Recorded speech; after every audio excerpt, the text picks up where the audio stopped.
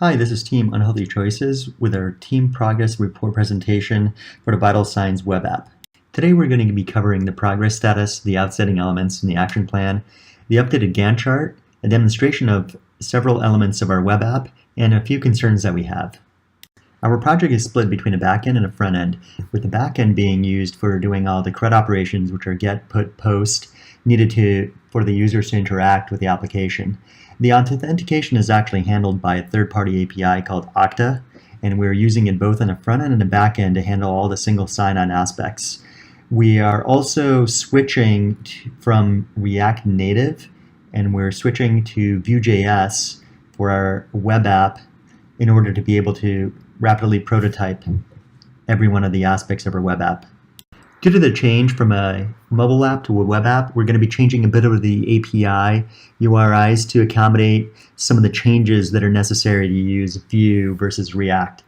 On the front end, this means that authorization, logout, and the daily input functionality is going to be a little bit different in terms of the actual input boxes and the input buttons.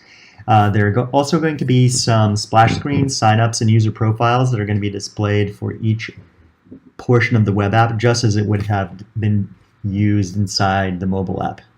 Due to the large number of team members that we have, we are switching to using a Kanban system for pulling all the tasks that we have to perform, and this is done in the program Trello.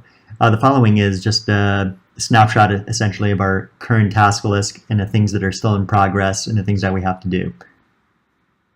This is a snapshot of the detailed items that we're still on our action list. So here we have Peter, Justin, Ben, and Bataram for all the tasks that are still outstanding. So we still have to do profiles, the signups, password resets, and of course a display of all the data, and the data that's also coming from the backend that needs to be tweaked to match those.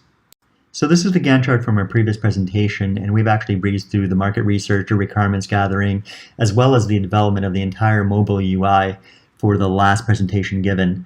The next Gantt chart is actually going to be covering the next 4 weeks that we covered, as well as the outstanding work that we still have. In the upcoming 3 weeks, we actually have quite a bit of backend development to tweak our API, as well as a lot of styling that's going to be done on the front end for the usability aspect, as well as the displaying of the charts. Then we're going to follow with our QA testing, the launch of our app, and then the Dockerization of everything so that's repeatable and redeployable on other systems.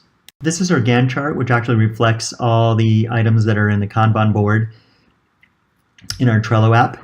And here you can see the items that are still outstanding that are going to be done over the next 3 weeks, as well as the assignees for each task.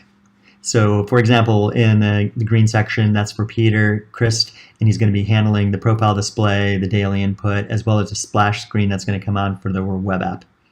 Here's a screenshot of our front end, actually contact our back end, as well as the Okta third-party service for the single sign-on. So here we have a basic email address as well as a password, which is pretty common for any type of authenticated applications. And we have a screenshot of an error in case somebody has input some invalid information, and then a success, in which case our app is authorized, a single sign-on now signs over to our backend, and you're able to continue with the rest of the app. This is a design for our profile page for a sample patient, and the vital statistics that would be included for our patient, such as their weight, their blood pressure, their date of birth, etc.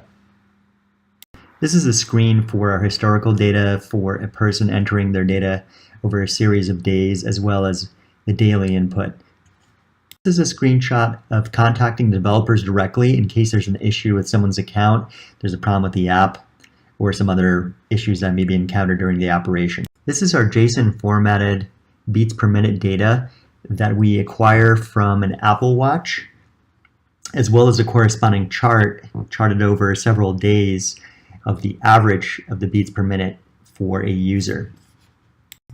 I'd like to briefly discuss some concerns that we have for the rest of the semester.